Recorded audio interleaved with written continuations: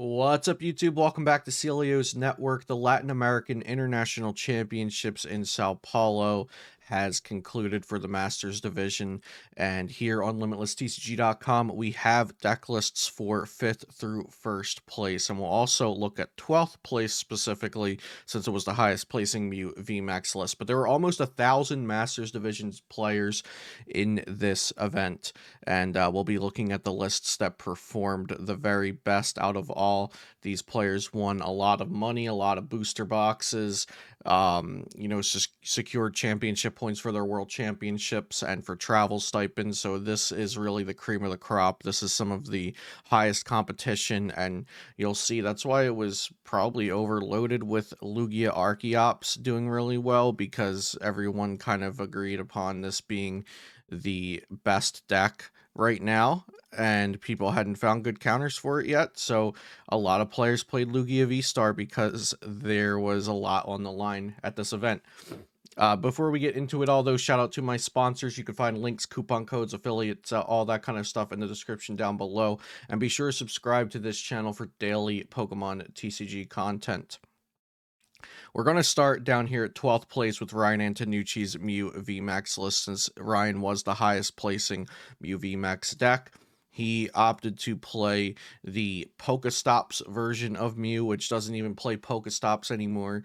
So now it's just the DTE only version of Mew. No, excuse me, no Meloetta Fusion Strike energy. None of that stuff going on. No Alessa Sparkle.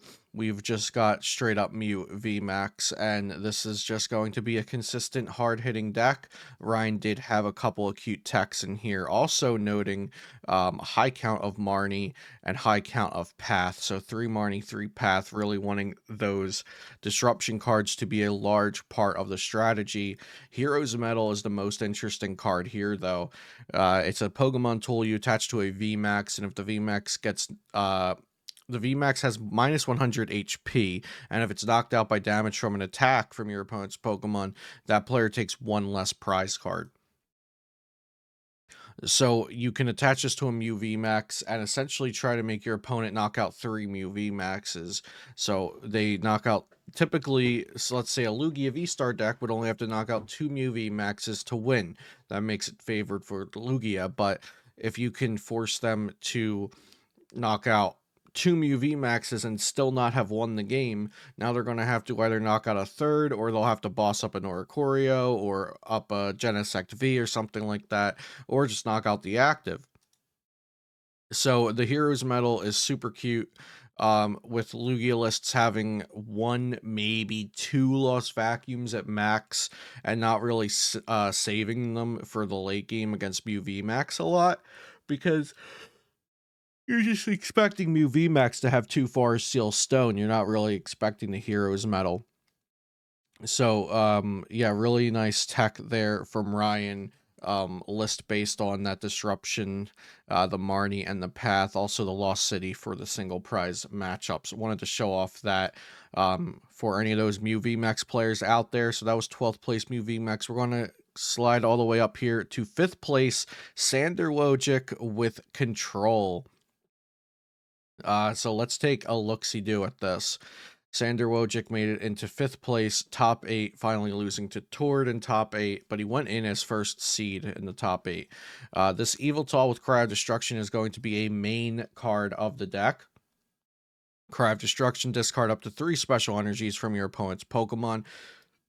This is going to be great against Lugia because they're putting only special energies onto the board. Now they can just put more, but you can eventually run them out of energy. If, they have to put 3 onto the board to knock out an Yveltal, you just put out the next Yveltal and Cry of Destruction. If they have to put out 3 more to knock out the next Yveltal, you Cry of Destruction again. And so on and so forth. We do have Radiant Gardevoir in here as the Radiant Pokemon of choice. All of your Pokemon take 20 less damage from attacks from your opponent's Pokemon V. And this is going to make the Eldegoss, the Greedent, and the Pidgeot tankier. especially when you add in Cape of Toughness to the mix for one of these Pokemon. So Greedent has the Crunch attack. It does 40 and discard an energy from your opponent's active Pokemon. This is going to work well against anything that's not running specifically Special Energy, which Eviltal is able to take care of. Greedent V can take care of the other stuff. It can also take care of special energy, though, especially if you want a Pokemon that can stick around for a turn, and you have the Loving Veil plus Cape of Toughness. You've gotten rid of your opponent's powerful colorless energy. You can start crunching with Greedent because that's probably going to take 2 hits for them to knock out. You can also Charon's Carrot as well. We have the Ice Cube with Block Face because that's going to completely wall out the Regigigas deck, and Regigigas doesn't mind us discarding their energy, so Control needs a different kind of approach against Regigigas. And I meant to click on Pidgeot here. So Pidgeot with Vanishing Wings, once during your turn, if this Pokemon is on your bench, you may shuffle it and all attached cards into your deck. So this is just a way to guarantee that you're not going to deck out. You can always just shuffle the Pidgeot into your deck, even if you have a 0-card deck, draw it next turn, bench it, and do it over again. So you can pretty much guarantee that you will not be the person decking out if anybody's going to deck out. And then the Miltank, of course, you know, some decks just fold to a single Miltank. Arceus Goodra is a great example. I don't know if this Miltank got a ton of mileage this weekend, but it doesn't hurt to just have that one Miltank in a control deck because you can just find your win condition in this single card, and that makes things a lot easier. Snorlax with Gourmandize is going to be a main part of drawing cards for the deck. And then there are a whole bunch of trainers, including Crushing Hammer to remove energy. We've got Yellhorn, which confuses both Pokemon. And then a lot of trainers. Flannery to discard energy. Sydney that discards it from their hand. Silene to get back resources. Birdkeeper to switch and draw. Colress's Experiment to get through your deck and get things that you need. Peonia to get things out of the prize cards. And Charon's Care, which I had already mentioned, which can just pick up a damaged colorless Pokemon like this Greedent here, or the Pidgeot even. So you could also just use Pidgeot as a tank that sits in the active with Cape of Toughness plus Radiant Gardevoir, Charon it back up, and do it all over again. So yeah, this control deck was able to take advantage of Lugia's with the Eviltal, probably also Mew VMAX decks with the Eviltal. And you know, Lugia and Mew VMAX made up a large percentage of the tournament, so right there, Sander was already pretty set with his matchups. And then Ice Cube gives you a win condition versus Regigigas as well. Regigigas was a pretty strong deck going into this event to be prepared for. So yeah, there's Control getting 5th place. Although Sander was first seed coming into the top 8, he was not able to take it home. Next, we have John Eng in 4th place with Lugia Archeops. Let's just expand this and take a look. So, John went with the 3 Lugia V-Star, and 3 Archeops. So a bit lower on the amount of Pokemon compared to some of the other lists we'll see, with only the 3 Lugia V, 3 Archeops. He also played the Raikou Amazing Rare, so in addition to Radiant Charizard and Yveltal, which are kind of the norm, those you will most always see those Pokemon included. The Raikou is also being included here and omitting the Dunsparce from the deck, but still playing the Manaphy, noting that that's really good, but not playing the Dunsparce since they are playing the Raikou, and if you play Dunsparce down in the mirror, then you also protect them from your own Raikou, so it can be counterproductive to play both of those. I like the 3 choice belt for consistently finding that 3rd choice belt. I think that's really good. 1 collapsed and 2 lost vacuum. It honestly could be either or, depending on what decks you're expecting to see. 2 capture energy, V-Guard energy, gift energy. Nothing too crazy going on with the energy lineup either.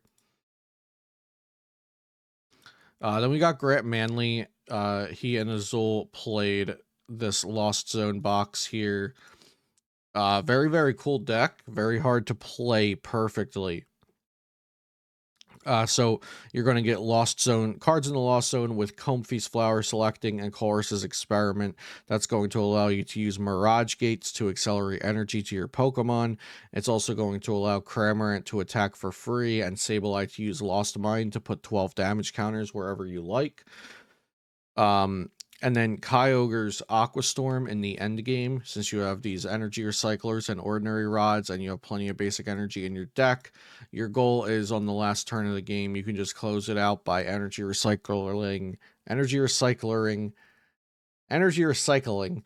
5 basic energies into your 0 card deck to make yourself a 5 card deck, and then you just discard those 5 and you get to choose 2 of your opponent's bench Pokemon and do 250 to each of them to close out the game. So you can potentially take like 4+ prizes on that last turn with Aqua Storm. And so yeah, in the early game you use Cram, Sableye, sometimes Snorlax, sometimes Greninja, sometimes Raikou V, depending on weaknesses, and then close out the game with Kyogre as long as they don't have a Manaphy on the board. And then we have 2 Lugia decks that made it into finals. So we have Lucas Calza's Lugia deck here, playing a 4-2 line of Lugia V-Star, but playing 4 Archeops. Energy lineup not looking much different than John Ang's. 2 choice spell only, but playing 4 Collapsed Stadium. Maybe being a little bit aggressive into the Reggie matchup, maybe just wanting to remove double prize Pokemon from their own board. A little low on supporter count in terms of drawing cards, with only 2 Research, 2 Marnie, 2 Serena, but they do play 2 Luminion. And they do play the Stoutland with Double Dip Fangs. I'm not that much of a fan of this list. I really don't like only 2 Lugia V-Star. I feel like 4 Collapse Stadium is overkill. I don't like the lower draw supporter count. I could be wrong, but my gut reaction is I don't like this list. And then of course we have Tord Reklev, who is the champion. Tord won the whole event. Tord, I much more agree with this list. This is pretty close to what I've been playing, except I play 3 Research, 3 Serena. I also play a Heat Fire Energy, and I don't play the 4th Archeops. But I do like this. So 4-3 Lugia, 4 Archeops. You've got your Radiant Zard and your Yveltal. You kind of need those cards. Dunsparce Manaphy, which I agree with, because Dunsparce protects you from lightning attackers. Manaphy protects you from Raikou. It also protects you from Greninja and Kyogre. And then I would like to see another Stadium or another Vacuum, but it worked out fine for Tord. He got first place here with this list, so this may become the new norm of how to play Lugia. I would probably still keep my couple changes just because I prefer them for now, but this may just become the new standard for Lugia that you will see around. So those are the top 8 lists for the Masters Division at LAIC. Leave any comments or thoughts or questions that you have in the comments down below, please. Unfortunately, we don't have these 3 lists from the top 8 yet, but I think we got to the ones that most people will want to see, and we also added in that Mew VMAX list from Ryan Antonucci there. So if you guys want to check this out yourselves, limitlesstcg.com. Be sure to subscribe to the channel for daily Pokemon TCG content, and I'll see you next time here on Celio's Network.